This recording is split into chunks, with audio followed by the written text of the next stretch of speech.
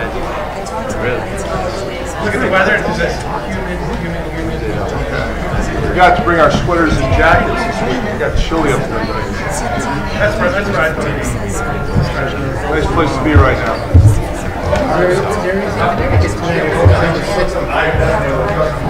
It's going to feel like 80.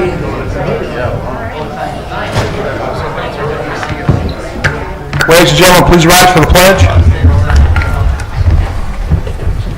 Pledge allegiance to the flag of the United States of America and to the republic for which it stands, one nation, under God, indivisible, with liberty and justice for all.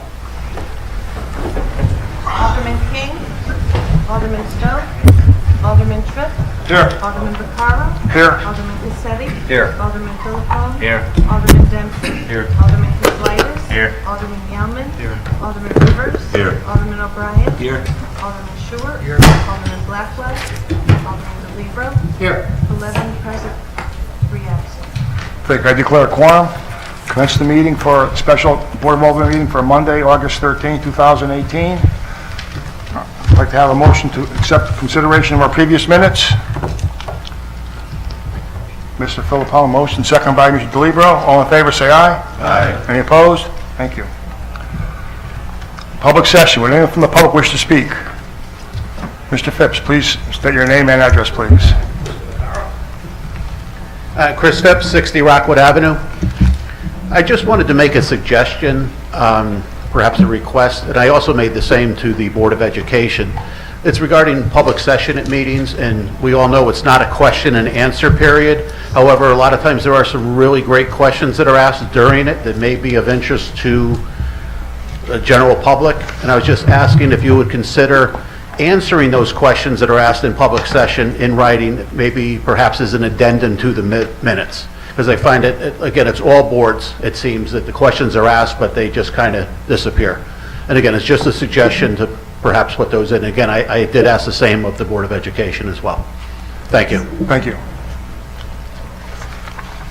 Anyone from the public wish to speak? Yes, please come forward. Name and address, please. Javier Arguello, 139 Druid Street. I'm here tonight because, once again, I believe it's important to bring up the ethical considerations of government.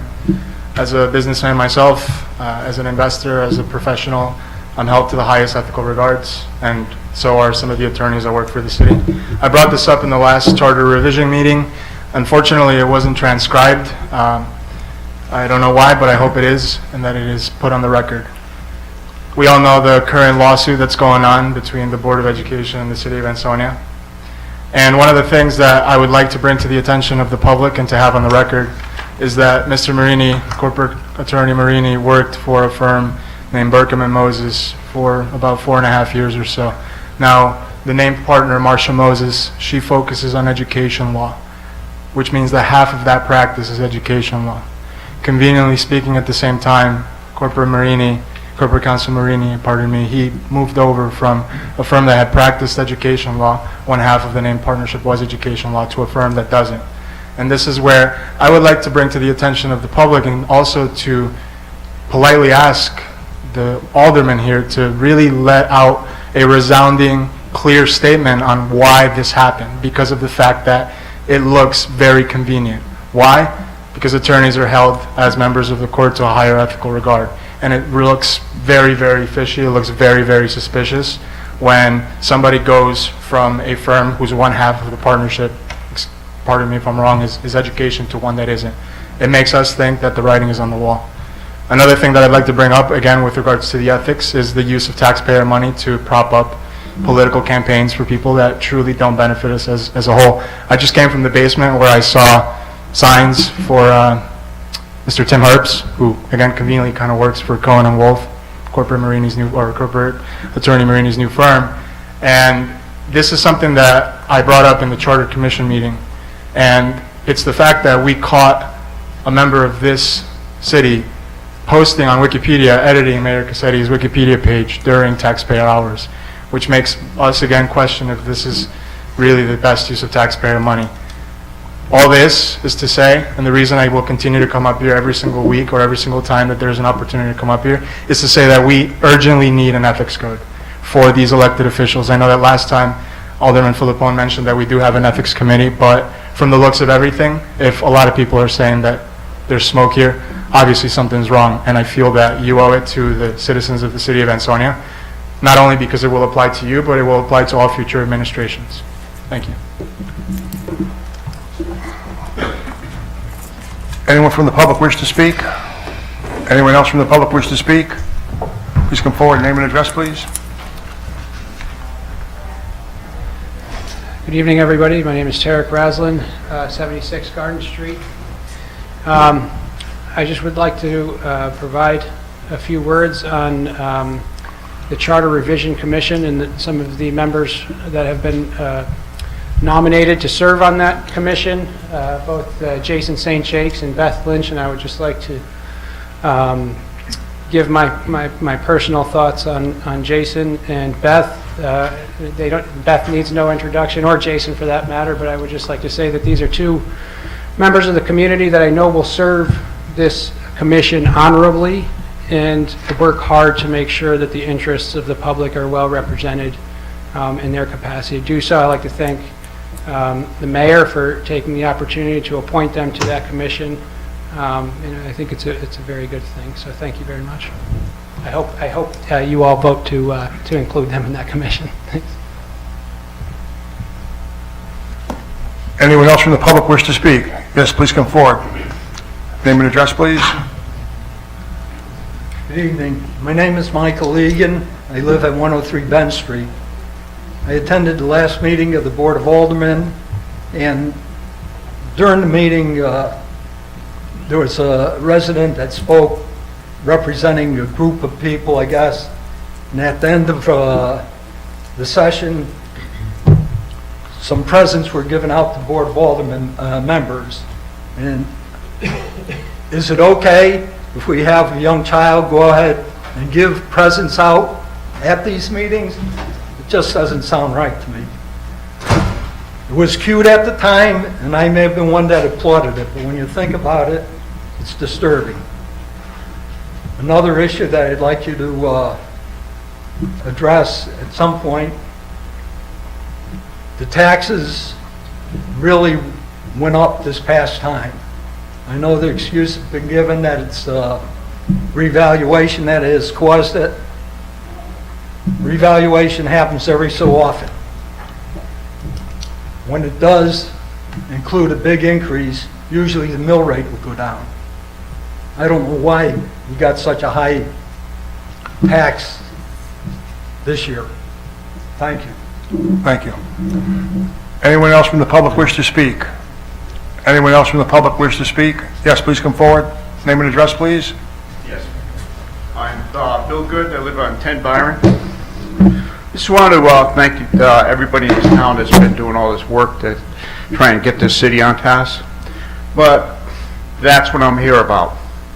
I'm putting in a petition on our street, on Byron. Now, I'm sure you might be aware of some of the issues over there, maybe not. For 10 years, we had one of my neighbors came down and asked that you guys come in and resolve the issue about the people speeding on the street. Nothing was done. 3 years ago, another neighbor of mine came down and said, listen, there's a problem on the street. The entrance is too narrow.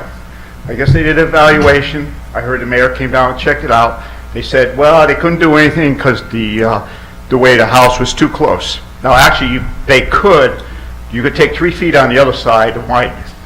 But that's not so much the issue. The issue is because it's a straight road, it's kind of like a quarter-mile raceway. So we're getting people, not necessarily from our town, but it seems at the end are just zipping down there 45, 50 miles an hour. Now, we got kids playing there. Actually, the neighborhood used to be more seniors. Now the whole neighborhood is changing. And we got younger families moving in with kids. You know, my grandchild, he's out there playing. It's just too crazy. Some of the neighbors that I have, pretty much everybody on the street signed up. Some of them said, like, make it a one-way street. The problem is with, the way I see it, if you make it a one-way street, you're just putting the problem on somebody else's neighborhood to be going down those neighborhoods, cutting through, going fast. So that's not a solution. What we're kind of hoping for is you put speed bumps in. Now, actually, I think it was 3 years ago, somebody lived on the street and they worked for Public Works. And at that time, they had put on one of those speed monitors for a while, which kind of was a deterrent for a while, but it's back to the same old thing. So, I mean, even myself, if I yell at some of these people, I'm an agitator. So now I get the word from the police department that I'm an agitator, and people that have gone down there who complained said, yeah, we were speeding, but now I'm an agitator because I'm telling them to slow down. So I do have, which I'll give you guys a copy, it's about 28 signatures, which actually there's singles on the house, so it's actually double, so it's actually more like 56 people signing up on this. Who should I give it to? I have 4 copies. So what we're asking for is speed bumps on the road. To at least slow the traffic down. I've seen it in other neighborhoods that it actually works because you can't race down. So after 9 o'clock, we get the young kids that are quarter mile raceway, and it's a mixed group. You got some of the women that are late for work coming cruising down SUVs. You got FedEx shooting down there. It's like a madhouse down there, and you know we're tired of it. And here it is, 10 years, nothing's done over there. And I know that you guys must know a little bit about what's going on over there. Whoever's been involved on Byron Avenue at all. Public Works knows there's been a problem over there before.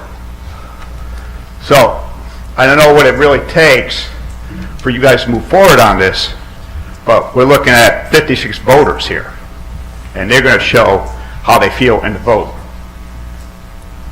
Have they done the speed trailer recently down there on that street? They did one, I think it was 3 years ago. They had one of those meters up there telling you what the speed limit was, and they did it for a while. I think it actually worked for a little bit, but that's just a deterrent. Well, not only is it deterrent, it collects data. So are you available by any chance September 5th? It's a Wednesday, it's the police commission meeting. They're your traffic authority. They're the ones that can approve or deny speed bumps, trailers, things of that nature. What day? It's September 5th. It's a Wednesday at 5 p.m. If you go, I'll be there and I can talk to them with you. September 5th. And where would that be, here? It'd be in the Erlinghauser room right across the way. Okay. Yeah, more than available, because actually I have to, my neighborhood, they want me to give them somewhat a report on what's going on here. If this is going to be something just put off, like, okay, we'll listen for a while, but you know what, nothing's going to get done. This was 10 years in the process of still nothing being done over here. Thank you. Mr. Good, thank you. The chief of police is usually here this evening, and he will be coming here later. He couldn't make it for 7 o'clock, but he will be here. But Mr. Castellitis gave you great information. Yes, and you know, it's not really for the police department to be babysitting. I know they have more important things to do than kind of babysit our street, you know. But actually, our neighbors that I've talked to, we're being proactive. So we were actually becoming a neighborhood watch, you know. So we're watching who's in our neighborhood, because it's basically, you can't, there's people that live down here. The river's on the other side, so we see who's coming in and out. So we're all kind of watching out for this neighborhood. And you know what, be honest, that's what this town needs. We need to have more people in their neighborhoods, more proactive, you know, watching out for everybody. That's what's going to make this town a little bit better. Thank you. Okay, thank you. Would anyone else from the public wish to speak? Would anyone else from the public wish to speak? Seeing none, public session's closed. Thank you. Public official session, Mayor Cassetti.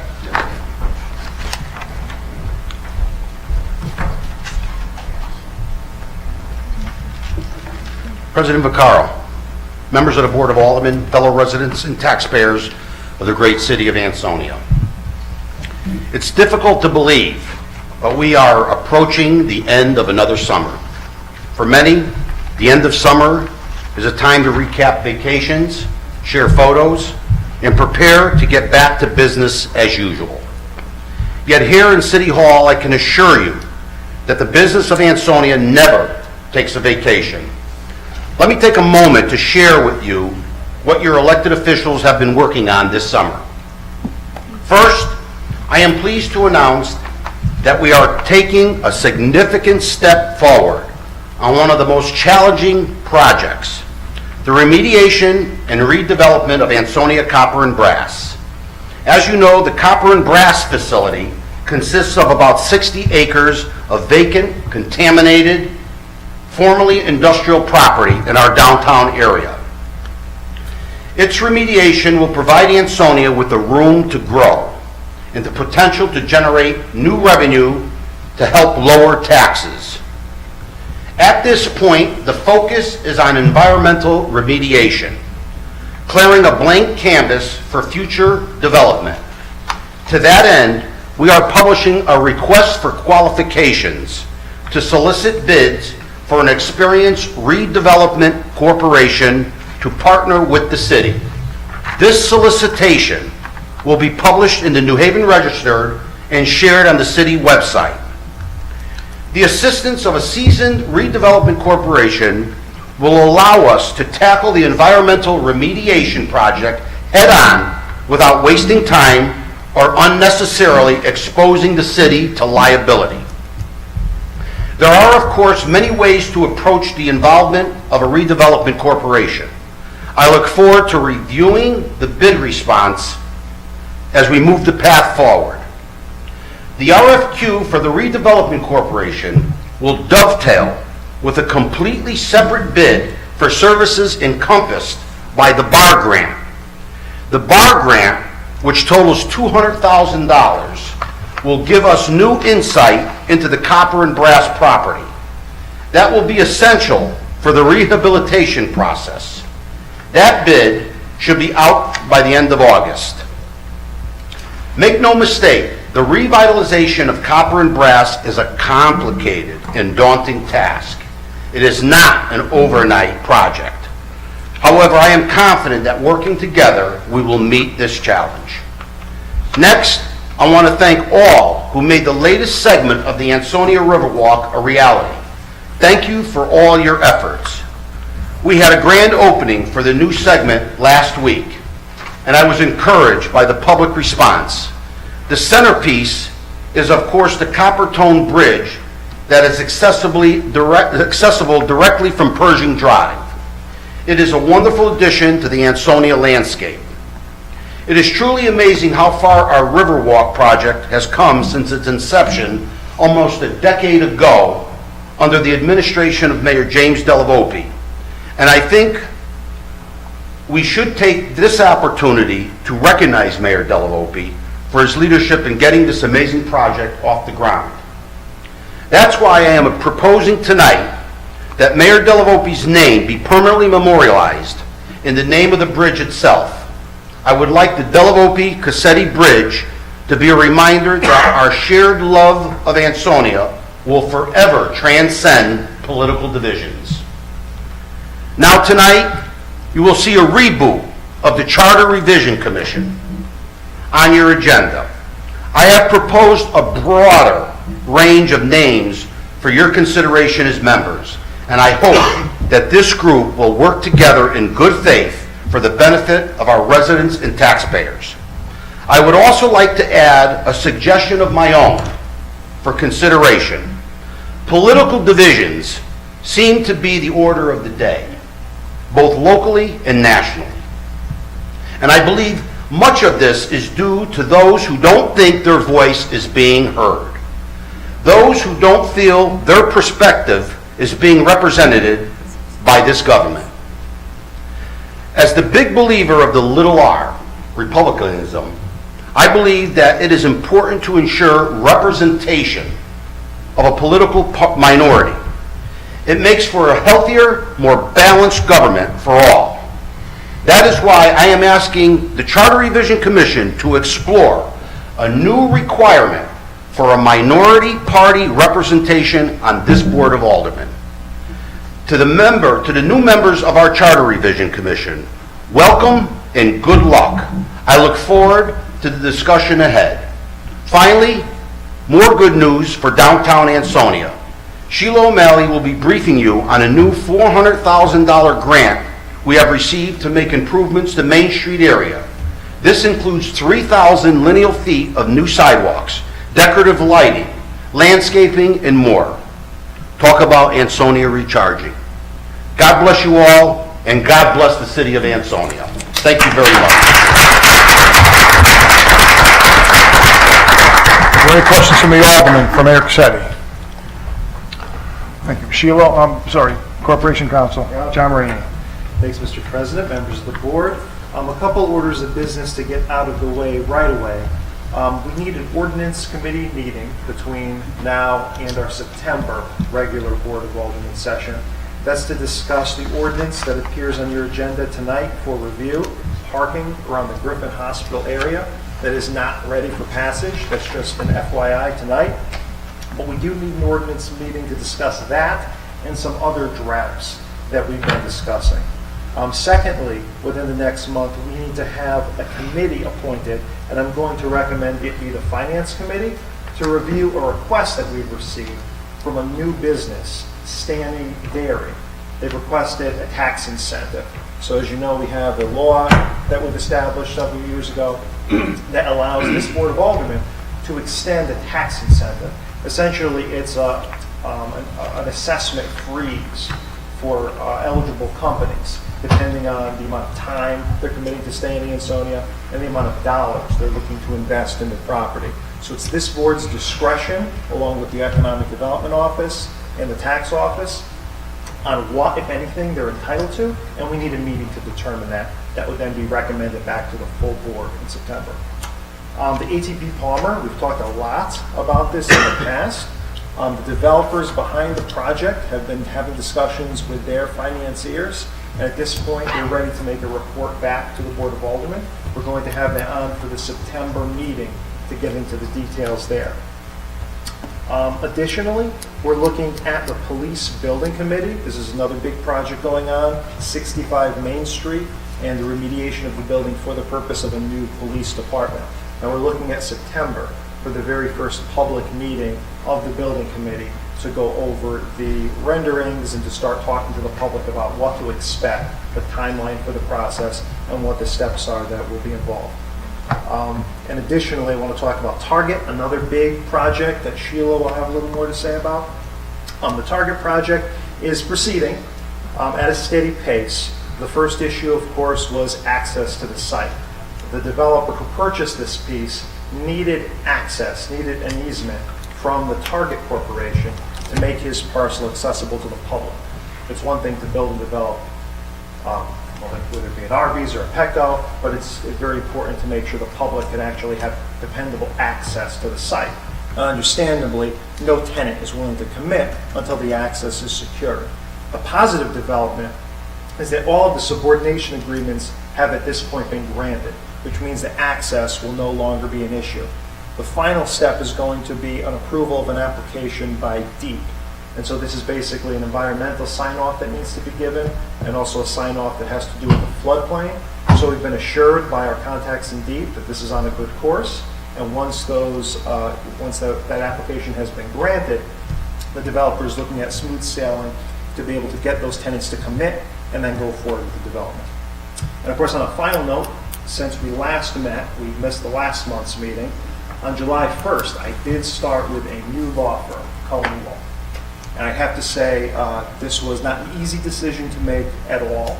It was a decision I felt that was best personally and the best fit for the city of Ansonia. But I have to say, at this point, I'd like to give a lot of recognition to Bircham and the time they spent with us here in the city. It's been about 4.5 years. I think they've done great things for the city of Ansonia, and I think we've really seen, working together with them, a lot of that progress. But, sometimes there is a need for a change. At this point, I felt it was warranted and the best thing for us all. And of course, if there's anyone who has any questions about their relationship, they're certainly free to pick up the phone and call one of the partners at Bircham. Now, certainly, I don't want to get too much into a personal decision, but suffice to say, Bircham was sad to see us go. But looking forward to new things ahead and to building a good, positive, and a productive relationship with the municipal specialists at Cullen Law. At this point, take any questions. Any questions from the Alderman, Mr. Marini? Thank you, John. Sheila O'Malley.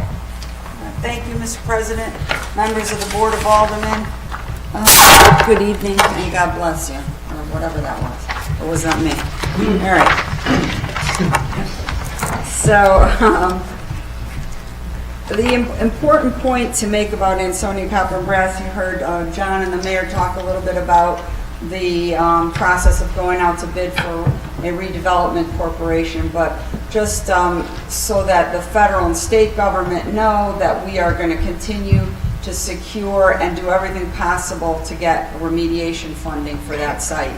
And we do have another $200,000 grant that will be shared with 65 Main Street to do some additional assessment, and that's subsurface testing that we'd like to do at Ansonia Copper and Brass, because right now we know above ground and what the demolition costs and the contamination and removal of that will cost, but we want to do some subsurface testing, and we're going to be working with the funders, DEEP and EPA, continue to work with them. EPA wrapped up their emergency response efforts. They spent about $2 million on the site. DEEP is still there, and they're working on the transformers, what's left in them and what can be taken off-site and what can remain in place. So I just want to make that point that we will continue to do everything possible to secure additional funding as we work through this process with, hopefully, with an experienced redevelopment corporation and the city. The police department, the police station, the architect is now working on what will be eventually construction documents, but that's a long process. That's about a 5-month process. Still looking for USDA's feedback, and we'll be meeting. The chief isn't here right now, but I'm sure he would have some stuff to add to this, but we'll be meeting with USDA to look over the architectural plans and to make sure everything is in order for them to give us the green light on moving forward with the actual construction of the project. And right now we've been meeting with, want to thank Jared Heon. We've been meeting with electrical companies and talking to them about the best and most efficient way to power up that building as we go through the remediation and renovation process. Let's see, bar grant, again, that's going to be trying to bring all the resources we possibly can to that Ansonia Copper and Brass site, because we're going to need a lot of resources, and we're going to continue along that path. Met with Dr. Sheward with respect to the recreation. We wanted to form a small committee to talk about doing a feasibility study, and we will get a formal meeting together. We haven't quite, our fault, my fault actually, been a little busy, but we're gonna, my fault. But we're gonna get a little group together to talk about what that feasibility study can look like, and where we're gonna get the money for that, and what will come, what kind of data we'll need in order to move forward to try to determine what's best for the city and what's best for our youth. So, and Joe, I know Alderman Yeoman will be helping with us with that. Wakely Avenue, the next phase is road excavation, and we're going to be by the 24th putting a finish course on the road. And then the balance of the curbs and the walks will continue as drainage, as the drainage is instituted. I'm always installed. I'm always careful. I always have to, somebody's checking my words. Moving south from Franklin Street, they're going to start the drainage, etc. on Wakely Avenue. Prindle, hopefully out to bid this month, I'm hoping. Target site, the developer has indicated if all goes well and we can speed things up with DEEP, that probably spring of 2019 we could start with the footings and the foundations. I'm sure there's more, but Again, the mayor talked about slightly under $400,000 we received today, notice of a grant for, it's called the Community Connectivity Grant Program. And what that will do will, there'll be 3,000 linear feet of sidewalk improvements, curb and sidewalk improvements. It's going to be landscaping improvements, other amenities.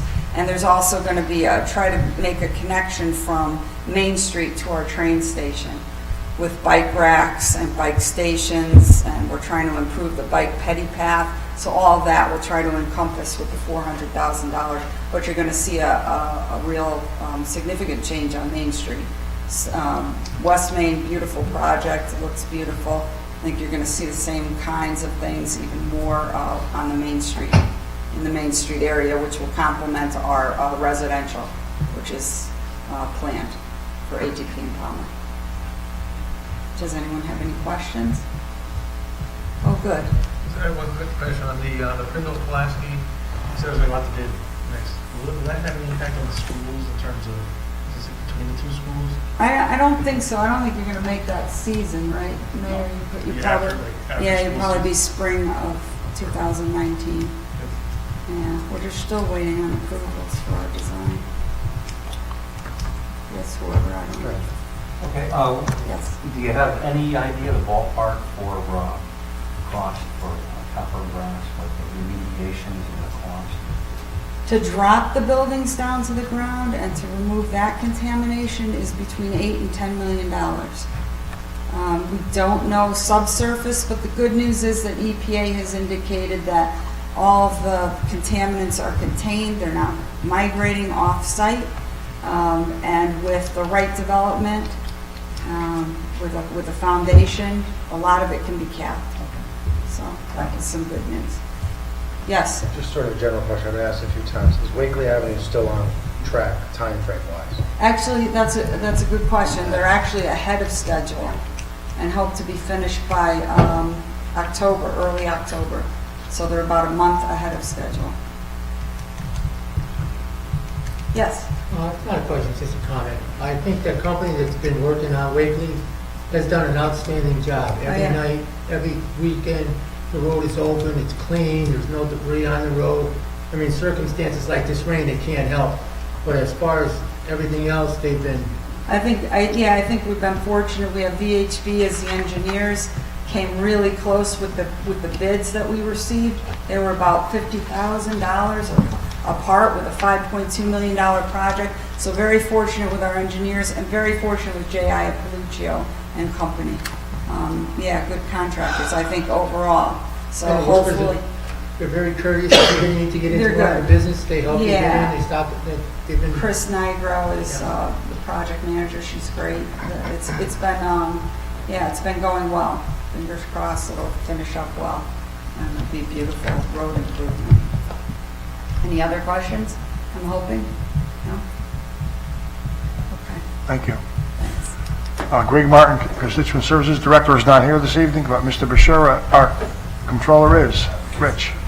Good evening, everyone. I don't have very much tonight. We're basically in finance shutting down the old system and bringing up the new, working on parts of the audit and continuing on. And I've just returned from a year-long planned vacation to see my favorite mouse. So I'm trying to get that on track.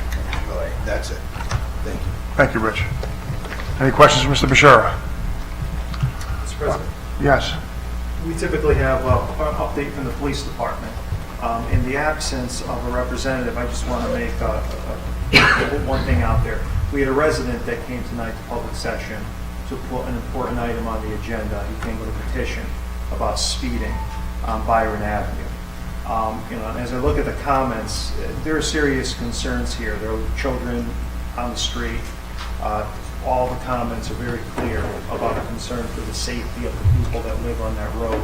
And this is a concern I'm sure all of us want to make sure that we deal with and don't want to put it off 1 minute. I'm going to talk to the police chief tonight or tomorrow morning at the absolute latest about getting a speed trailer on this street. But I think adding to the list of items we have to discuss in committee, we do have an aldermanic police committee. I think we should invite an appropriate representative from the police department to talk about what we can do on the street. Obviously, we all know on streets you get issues with speeding. For it to come to this level, you know it's serious, and you know there's a concern. And I think we should do whatever we can to make sure that it is addressed. Thank you. The mayor and I drive that road every day. Every day. And we will. I'm sure the mayor will be on this as well. Thank At the you. very least, the trailer, I think, will pose some. I think it's a short-term fix, but yes, at the very If there's a more permanent least, yes. solution, you know, what speed bumps have been, you know, there's pros and cons that the police commission has had about them in the past. But I think we need a concerted effort to talk about what solutions could be. Talk to the chief, ask him to do something similar like what we did down in Cedar Street. No one understood that. And that worked well there, that strategy. I think it's a matter of making sure that it gets done and making sure that it's consistently done. Thank you. Mr. DeLisio, Public Works Department.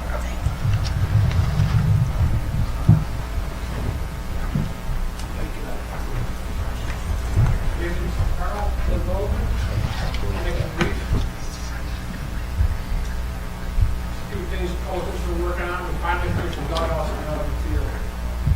Completed, come out real nice, but just gotta get them painted, other than that, they're finished. Now we're working on concession stand at Colony Park, that's a next project. We got it halfway done, we're ready to shoot rocks this week, painted, probably been at it for about 4 or 5 weeks, hopefully we can get it up and running, so the soccer people can start using it. I did a big path around Conway Park. It's been grown in for a lot of years. We used to be able to walk around. Finally, we got it all done. We can walk around Conway Park. We can be able to walk around the pavilion of the park, fish, go way around it, no problem. So that was a big project that Public Works took care of over the last month. We've been out spraying for weeds, the normal things you guys been out. We're going to start crosswalks this week. Because we won't have this over a couple of weeks, so we're going to be out spraying for doing crosswalks. Start today because of the rain. It's got to throw us off a little bit, but we're going to be out doing crosswalks like this week to get started on. Guys are out filling potholes, replacing curbs. Also, transfer stations is a big thing we're working on now, trying to reduce the hours a little bit. We have a lot of people coming in that are non-residents. They're losing people and selling them. They come in, I don't know if they're comfortable with honest or whatever. They're coming in with city people, and they're dropping off a lot of tonnage. The tonnage has been increasing this year. A lot of contractors have been coming in. The last 2 months, Derby's not taking all contractors. They're going to have an fund sale. They're going out of town, they're going to Shelton. Everybody has a place out there, they're taking all contractors in. So they're taking a lot of Derby's. Derby's were coming to us for a while. We started checking the license, and they were speaking at the hard time. This is increasing our tonnage. Tonnage prices have been drastic throughout the whole state of Connecticut. Just the MSW recyclables, they went from $80 a ton to $120 a ton. And they're thinking about going up even higher, so we're going to get a big increase in tonnage. Recyclables a year ago, they were taking it for free. We were getting charged $55 a ton for recyclables. So this is statewide nation since Trump did this thing with all the countries. China's not buying recyclables anymore, so stock piling up. We can't get rid of recyclables, so the prices don't get rid of it. It's almost the same as rubbish. Most of our problem is our tonnage is going up. A lot of the outside people are coming in, so maybe reduce the waste discussion. You guys can pick up, cut it back a couple of days a week, like other towns, Southbury, Oxford, Waterbury. Yes, sir. What days would you guys think would be the most effective if we were to change the days and hours? Would you want to change? We're thinking like the middle of the week on a Wednesday and Saturday because usually people are home on Saturday, a couple of days a week. The rest of the week we can utilize the workers that are there and put them out in the field. So we are a little short-handed, have to help us out. Maybe reduce the rubbish, people will go elsewhere, go to a pay and transfer station and take the pay. Residents still have 2 days a week to come in. They still have their garbage picked up at the house and they're charged.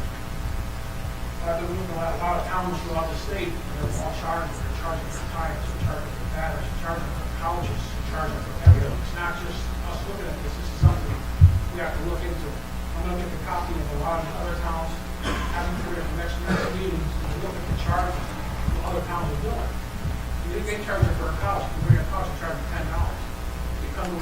truck, they charge us $50 no matter what's in it. We don't do none of that. The biggest part is the tonnage is increasing. Our dumping fees are going out of stock. A lot of people are coming in, like I said, they're coming with their cousin, because all they do is show their license. They come with a truckload of stuff, they throw it there, and they're paying for it. I believe we discussed doing fees for things like air conditioners, refrigerators, tires, but I don't think we ever revisited it. Right, I have a fee I'm gonna put together for all this, just look at it, and I have some quick numbers there for North Berry, South Berry, we're all charging for every, pretty much the only ones left, besides Derby. Derby has a subcontract to take care of them, their fees just increased. They stopped all outside contractors from coming to Derby. Shell was getting all of them, they're charging $125 a ton, we were charging 90, and we're getting billed at 110. So actually, we're behind the eight ball, so I just want to bring it to your attention, so maybe we can work on this next month. Like I said, 2 days a week at the transfer station, a lot of towns are doing it. I think it would be sufficient. People will come in, they still have 2 days to dump their rubbish, they still have time during the week. Garbage will come by, they can put the garbage down, all people fill, I give them all. So, month and a half, 12 months and a half, so we're still getting the services. But I think we can cut back and save a lot of money and utilize our next elsewhere in the city. Something to think about, they have anything better for investors, that's good.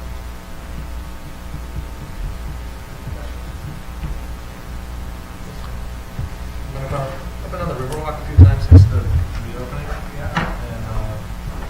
And the can in the middle is very full for overflow.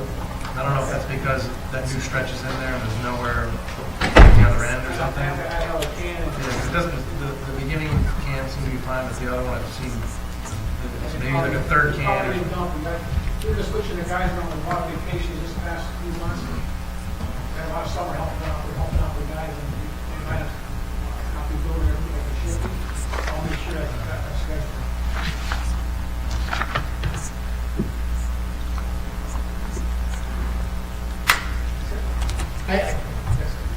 Bed mattresses, do we charge, is there a plan to charge for removing our mattresses or brought to the dump? Mattresses, some towns charge $30 a mattress. Well, I just bought a mattress today, and I had to pay $9 to the state because I bought a mattress, excluding tax, just because I purchased it. Yeah. I'm working on, there's a company in Bristol that recycles. They take and recycle food.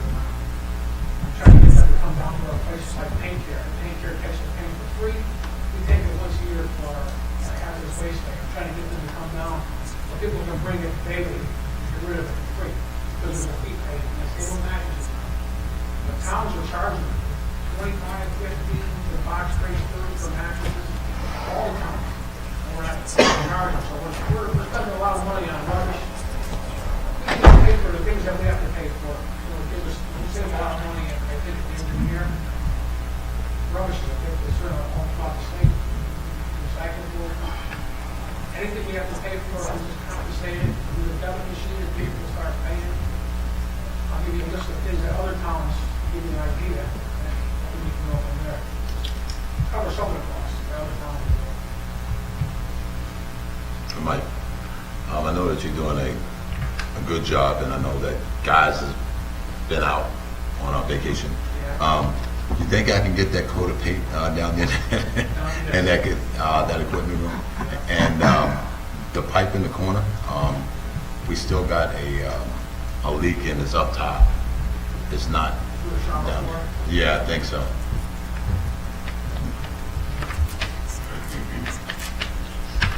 And the We have three maintenance people, believe it or not, in the last few weeks they've been out. They've been over the park, so it's. Yeah, no. If that's a big concern, it has to be taken care of. I'll get on that for you. Okay. We know what happened over the weekend on the field. I know you got your hands full. Yeah, so I'm going for myself, making sure it's not. Usually do it one night. We usually do too, because I usually go up there too. Yeah. Yeah. Okay. Yeah. Thank you. I just want to say thank you, Mike. If I may. Sure. When you tell me you want to cut back hours, I mean, there's certain services that the 19,000 residents of the city of Ansonia that we can rely on. And, you know, maybe Wednesday and Saturday might not be convenient to all people. But beyond that, when I hear you telling you want to cut back on days, what I'm hearing is you want to cut back on hours. So is the problem really tonnage being brought in by contractors? And I agree with that, because I'm down there quite a bit, talking to employees, they're doing a good job, all right? But you can also see who the contractors are. One Saturday morning, I went down the transfer station. There was one contractor.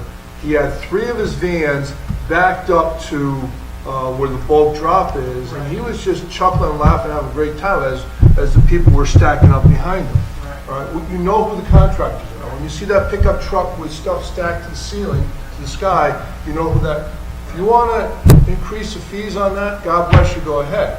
But when I hear cutting back on days, I'm thinking, well, that's not a bulk problem. Are you cutting back on hours for some reason? Is this leading up to something else?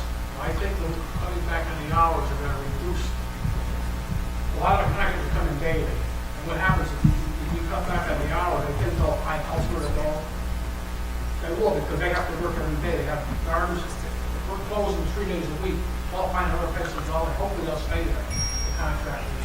The residents, a lot of them come down every day with a bag of garbage in their hands. You're right. We're going to be cutting back on services that people are not used to.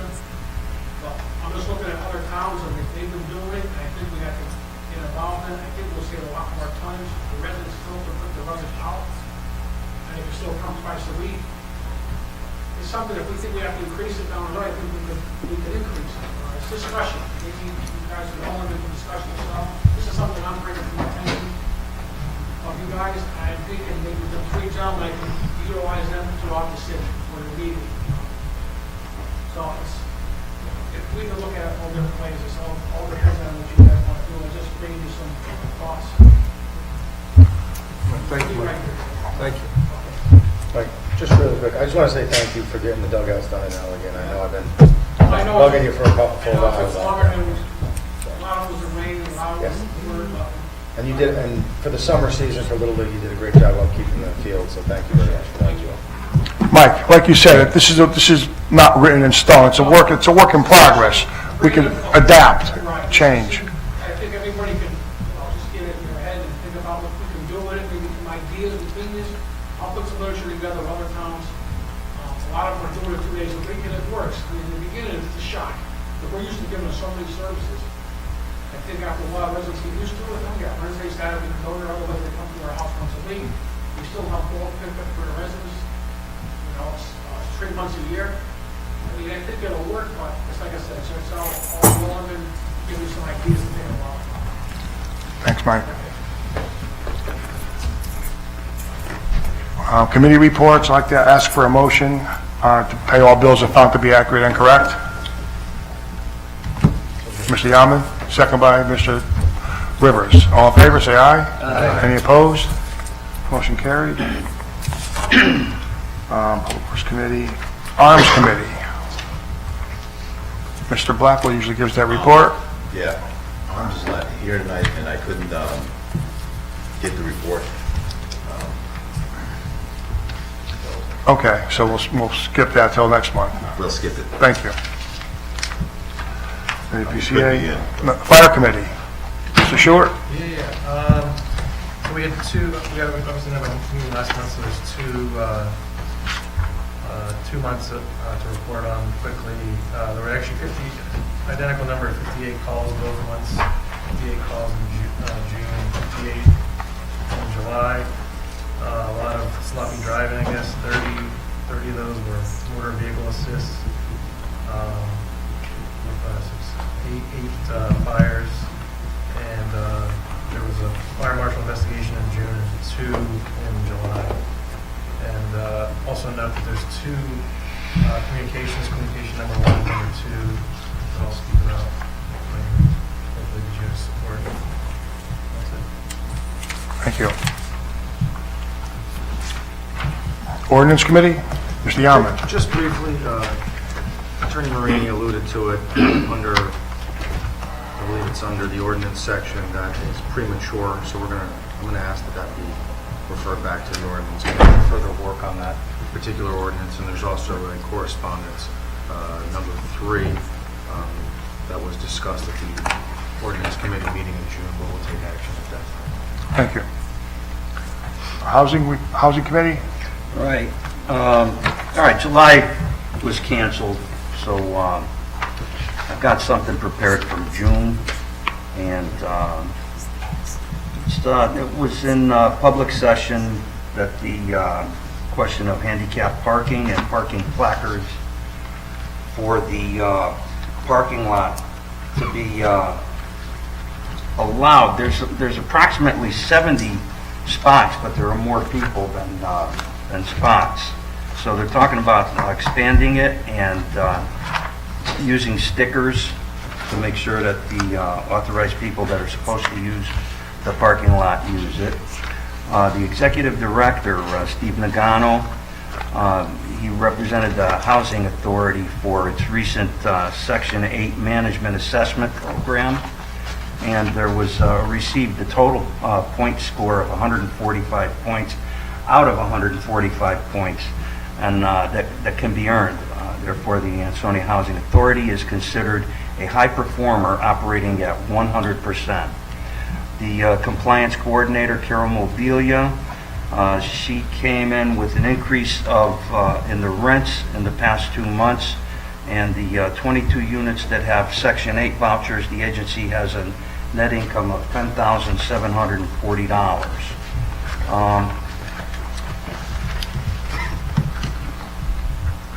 The public housing operations report came in, and there was 1 vacancy at the John J. Stevens. There are 2 vacancies at the Monsignor Hayes, and there are 3 vacancies at the John J. O'Donnell Apartments. Also for the scattered site, which is at 11 May Street, that was a new purchase 2 months ago. This property has 1 vacancy. As far as unfinished business went, there's smoke alarms and fire alarms, a safety and security grant for Monsignor Hayes Apartments. If the agency received the grant, that would pay for the ventilation of the units in the project. The money would also be used for upgrading lighting as well. That's the way it is. Thank you, Mr. Cassetti. Okay. Before I move on to vote recommendations, I'd like to get back to Mr. Goods. I don't see him in the audience anymore, from Byron Avenue. I'd like to appoint an ad hoc committee to address the speeding on Byron Avenue. I'd like to put Mr. Stowe, Mr. Dan King, the 2 aldermen in that first ward, and Mr. Castellitis to be on that ad hoc committee to address the speeding, and perhaps you can contact Mr. Good from 10 Byron, Rich? Yes. All right, thank you. Pending, you're going to talk to the chief about... Yes, and we'll also speak to the chief, Rich, on that. Yes. And set up a meeting after you speak to Chief Hale. Thank you.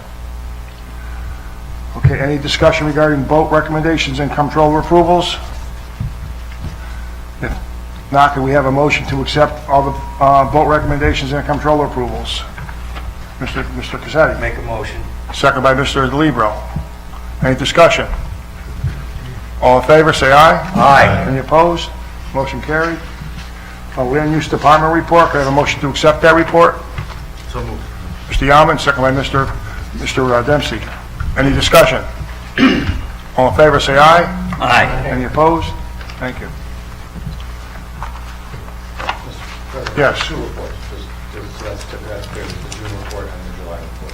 That's right, sorry, that's right, for July and August, June and July. Thank you. Rich?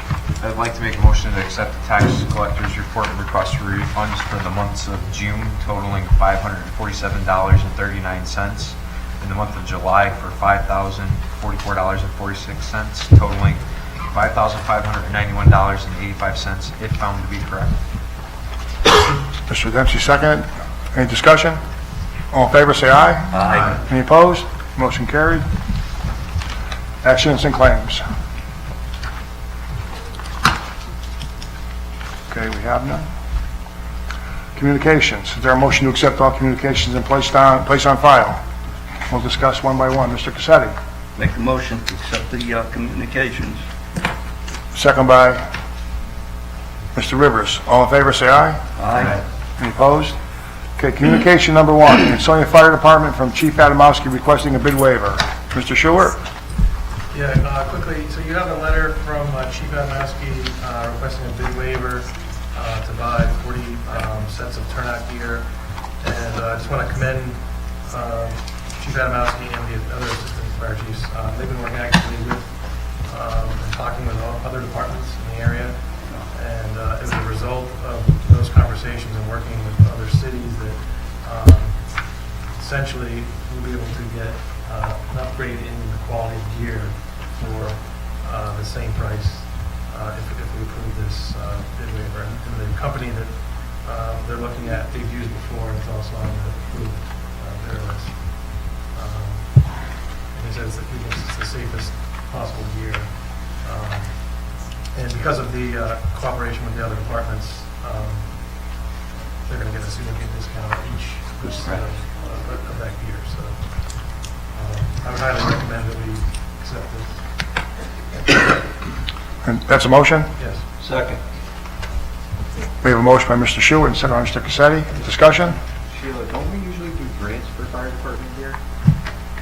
We do some grant, there's a Fire Act Assistance Grant for fire gear, which I believe they have, I think there's an application pending for that. This is something else that I guess has expired or is going to be expired, these packs. So they had to, This is for the gear. yeah, for the Turnout. gear. For a turnout. Turnout gear. There's $25,000 each year in the budget for replacing turnout. But I think you're talking about, What the chief is doing is using, they have a purchase order from June, he's going to use a purchase order from July, and there is some money in the referendum for turnout gear, so they're going to buy in bulk. Now, the turnout gear expires, whether it's brand new or not, after, I believe, 10 years.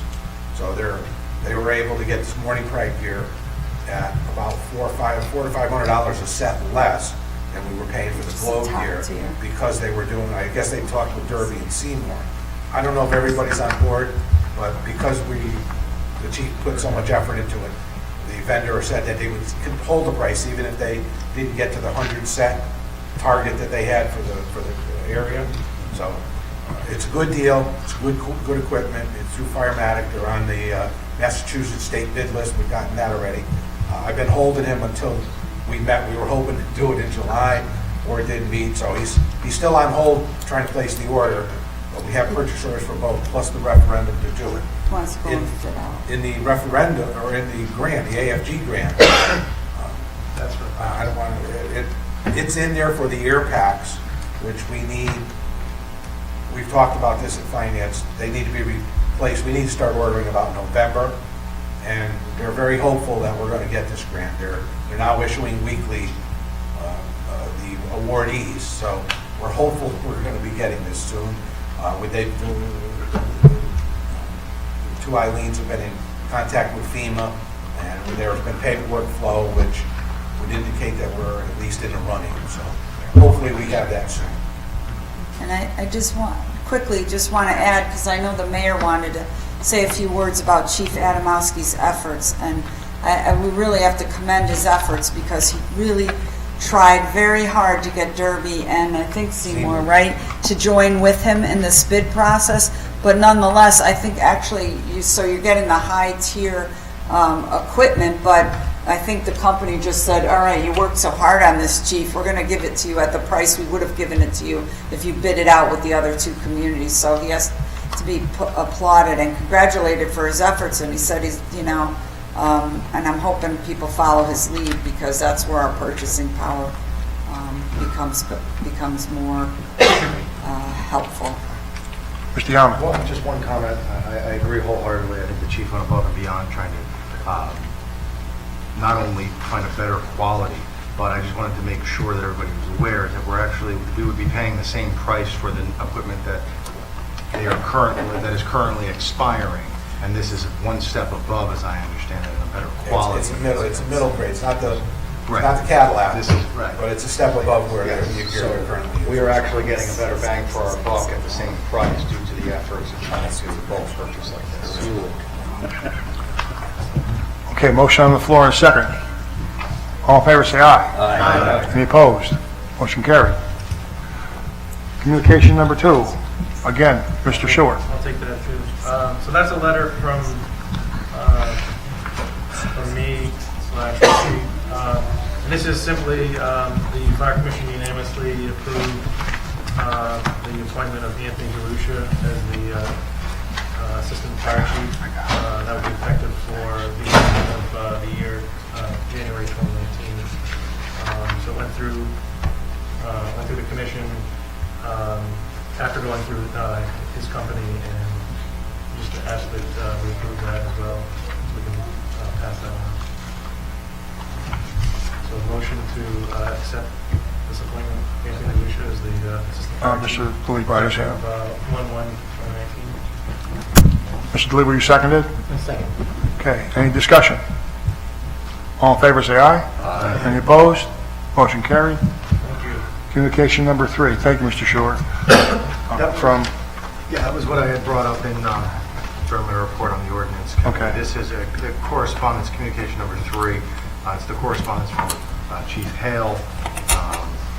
I spoke with Chief Hale earlier today. He is going to be sending a corrected letter that has the handwritten notes, but as was discussed during the ordinance committee meetings, right now, as we said, the Public Act passed last year with regards to bingo, bazaar, raffle, fees to apply to be able to have the games here in town. We set them at the statutory maximum that was allowed under the Public Act. This is actually walking them back pretty much with the exception of the two Class 1, the Class 1 raffle and the Class A bingo. We are actually cutting them in half and bringing those costs down. So it would allow more people to actually pay the fees. There's been some complaints, as I understand it, with regards to the cost of the bazaar raffle fees. So we're asking the board tonight to adopt those changes. And I understand that Chief Hale will be submitting a letter with the revised fees on there. okay, very The good. ones that are handwritten? The handwritten notes, those would be the fees that will be. Motion approved by Rich Katsalitis, second by Mr. Dempsey. All in favor, any discussion? Is that per occurrence, basically? Like a Class 2 raffle is up to 3 annually, $15 per, so that's $45 a year for you three? It depends on which class it is. Some of the classes indicate are for a single incident, 1 per week. As you can hear, you see under the bingo, 10 successive days, 1 day per month, and they sort of list them out as they're all set sort of by statute. And this is actually a shift. This used to be governed by the state. I mean, they sort of pushed it back on the municipality, and the chief and the police department have sort of taken the lead on administering this. Yeah. And we needed to adopt something quickly in January because the state law required us to. So we're just sort of, after discussions about the costs and the fees. And it applies to the rec programs too, right? It would apply to, yes. Okay. Yeah, it's the But there's bingo and the no- raffles. Beyond the fee, there's no money back to, No. like, on top of earnings, because that was a discussion initially, like, for example, bingo, it's a fee plus 5% or whatever that number is. There's the payment of 5% of the net that's on the second page of the letter, profit paid to the municipality, which I think that only applies to certain classes within there. Yeah, so it's not like football has a raffle, they get $600 and have to pay 5% on top of the fee. I don't believe that applies to, I don't All believe right. that applies to. I know in the rec commission, there was confusion about that. I think that applies more to the higher class bingos and Yeah. bazaars that are ongoing. Okay, thank you.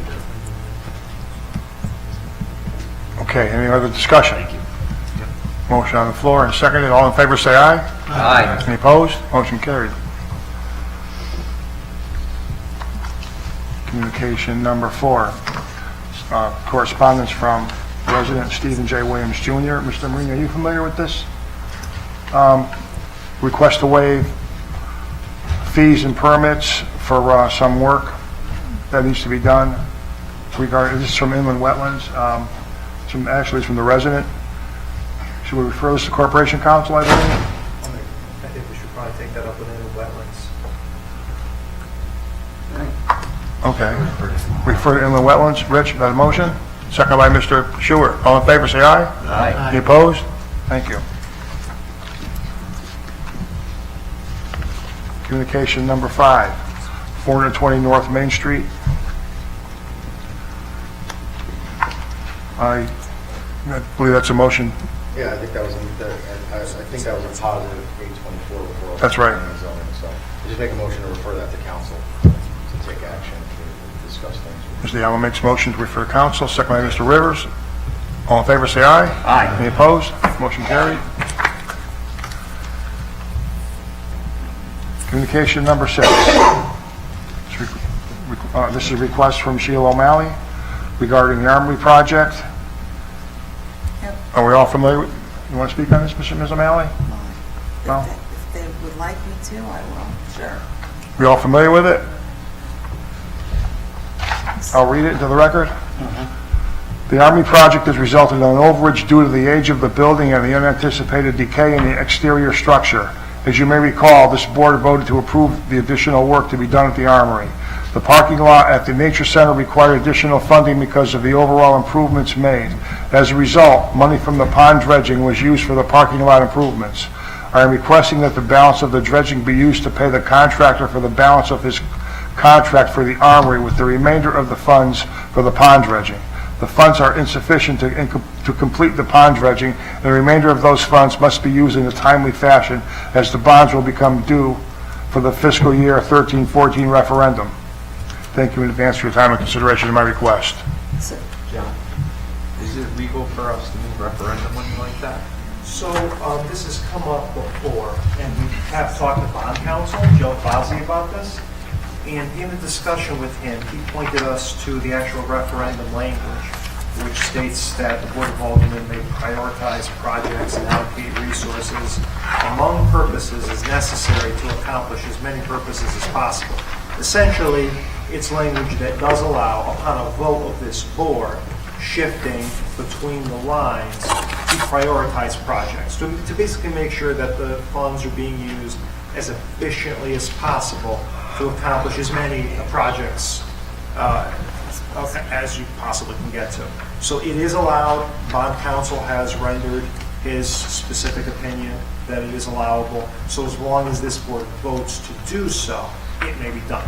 But I would note that it does take the authority of this board to do it. Okay, thank you. I just want to clarify, because finance had provided some numbers for me. You're actually not taking, well, the first thing is, I believe the board voted properly to devote the funding for the Armory to shore up the outside, because I think that was a necessary project if you're going to decide what you're doing with the inside of the Armory. So that was a good thing. The remainder of the contract for the Armory is $117,648.35. There's $245,677 left in the pond dredging. So you would still have $128,000 left in pond dredging, and I maintain that's enough to start the engineering specs for the pond dredging and the permitting process, which is also with the Army Corps and a long process. So there will be enough to get that first phase done with the pond dredging and complete the Armory project. I might add that the contractor has completed the job and is awaiting the remainder of his payment for that job. So I'm hoping this board, Dr. Stewart. What does a full-on pond dredging cost? It's going to cost approximately $600,000. We didn't have enough, but according to bond counsel, cities can't completely be accurate about the number they're going to use, and as time progresses, projects increase in cost. So, I think the city did at that time what it thought, or allocated what it thought was going to be needed for the pond dredging, but it's going to be a little bit more costly. But I think at least get the first phase so that at least you're getting something done in terms of the pond dredging, and you'll complete the Armory exterior renovations. Thank you guys for this, by the way. Okay. Appreciate it. Sure. You're welcome. Okay, we have a motion. Second. No, who made the first motion? No one. Motion, Mrs. Rivers? Yes. Second by Mr. Gasolitis. Any further discussion? All in favor, say aye.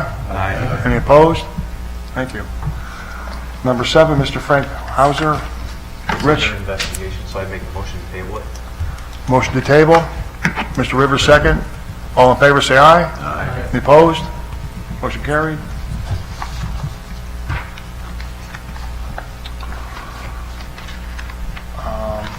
Communication number 8, it's a letter here from a citizen, Susan Chudwick, 2 West Street, Ansonia.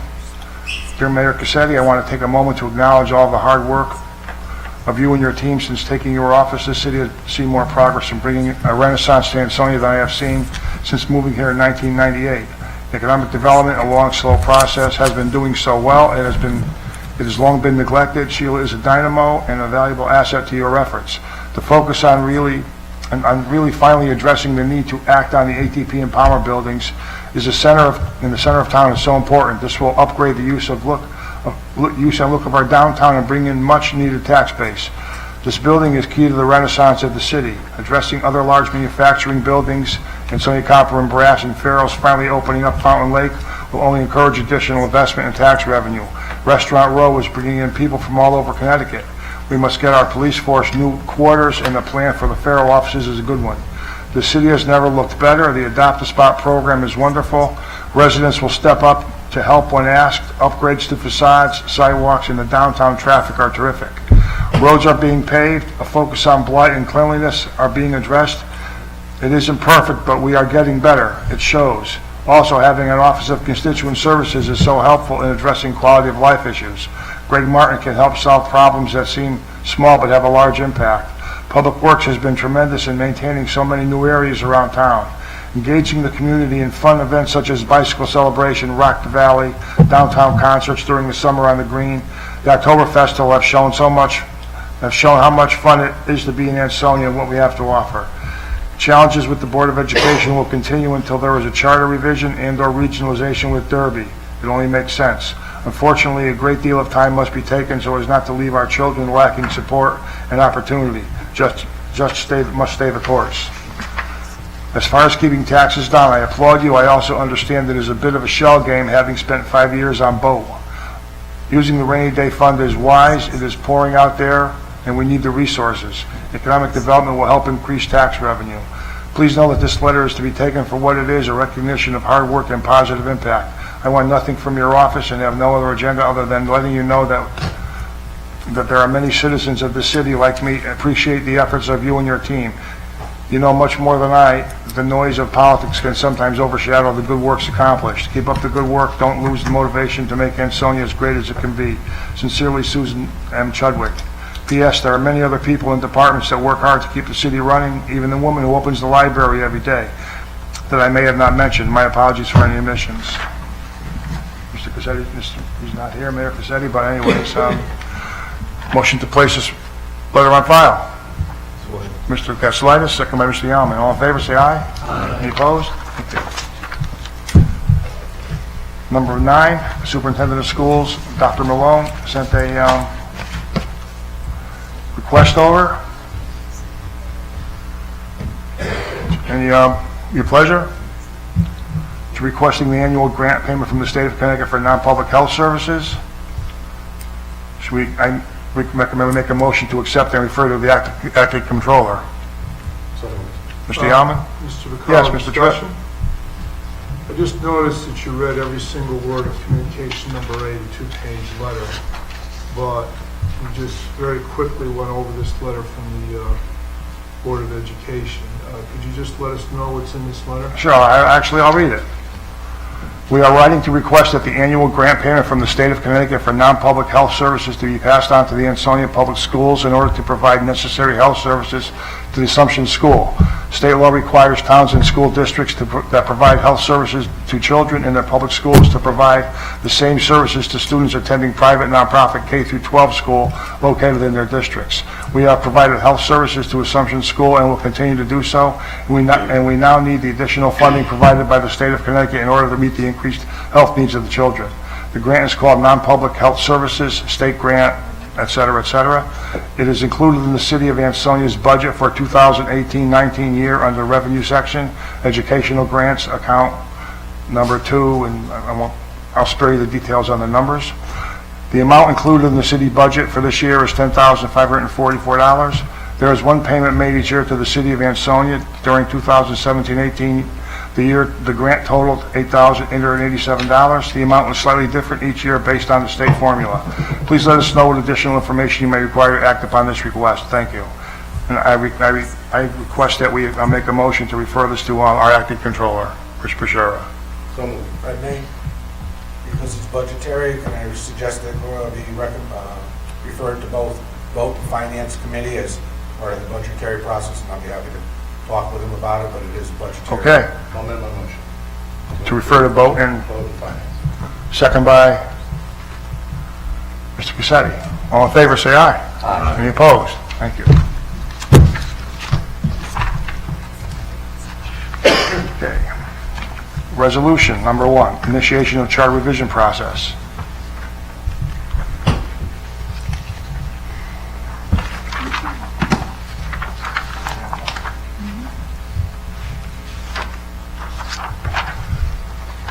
Wherefore, the Ansonia Board of Aldermen recognizes the importance of reviewing the city charter for the purpose of modernizing city government and achieving cost-saving efficiencies.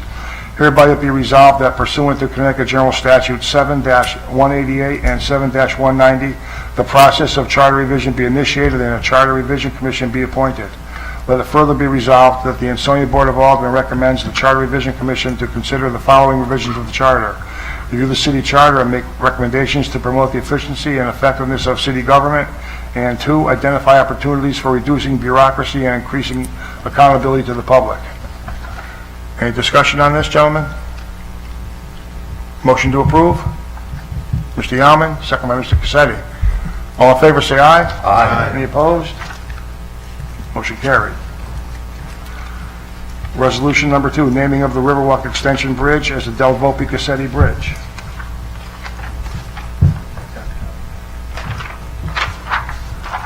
Whereas the city of Ansonia started the Riverwalk project in 2012 under the administration of former Mayor James T. Del Volpe.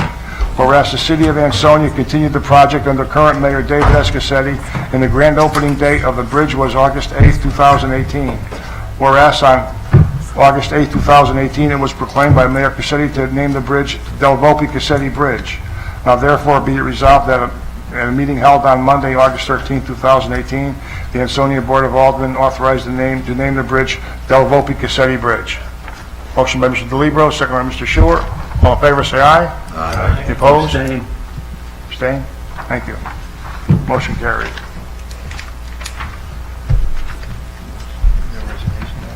We have a resignation letter from the Commission on Elderly Services from Sue Bahoon.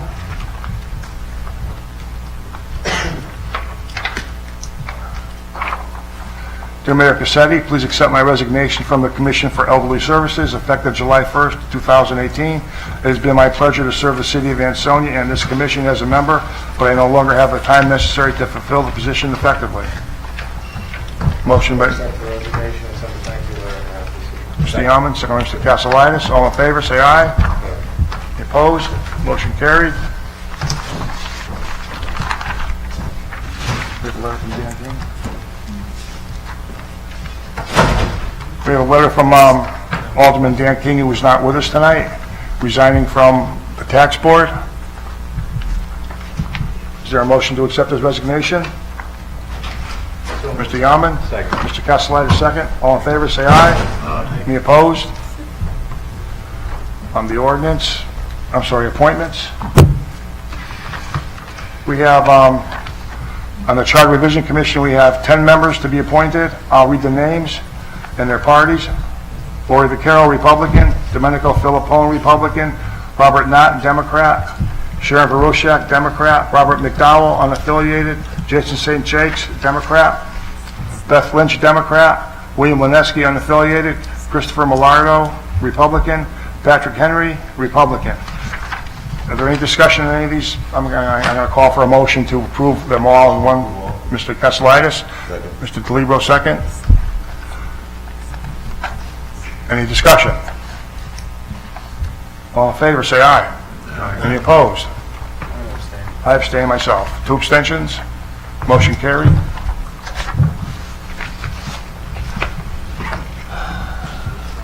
Mr. Castellitis. Motion to redirect number one, the parking permits for Goodson Hospital area back to ordinance so it could be finished. Oh, I I'm didn't see sorry. that. I'm sorry. We had another appointment for the Board of Apportionment and Taxation, Anthony Mamone, Republican, 35 Berkshire Road, Ansonia, to replace Dan King. Motion, Mr. Stewart, second by Mr. Cassetti. Any discussion? All in favor, say aye. Aye. Any opposed? Motion carried. Thanks. Mr. Castellitis. Motion to refer the limited residential parking permits in the Griffin Hospital area back to ordinance so it could be finished. Mr. Dempsey, second. Discussion? All in favor, say aye. Aye. Any opposed? New business. Any new business, gentlemen? Rich? We discussed, we received a letter from Recreation in our email saying whose job it was to take care of the background. I believe if it was Rich Deacon's job beforehand to do it when he left, that it should have been passed to Greg Martin. Okay. I'll look into that tomorrow. I'll let you know. Okay, thank you. Thank you. I'll also let the board know in an email. Any other new business? Any old business? Planning and zoning? Just note that that letter was addressed, the request for 420 was referred to council pursuant to the correspondence number 5 under communications. So that issue was previously addressed. That's a motion? I don't think it's been referred. Sorry. Oh, okay, all right, Just okay, we addressed it previously. all right. Executive session. Motion to discuss slide, second by Mr. Kalman. All in favor, say aye. Aye. Any opposed? 5-minute break. Who do you want in executive session? I need a panel up here, Mr. Blackwell, in the White Office. Okay, thank you. 5-minute break? That's 5 minutes. 5 minutes. Thanks, Frank.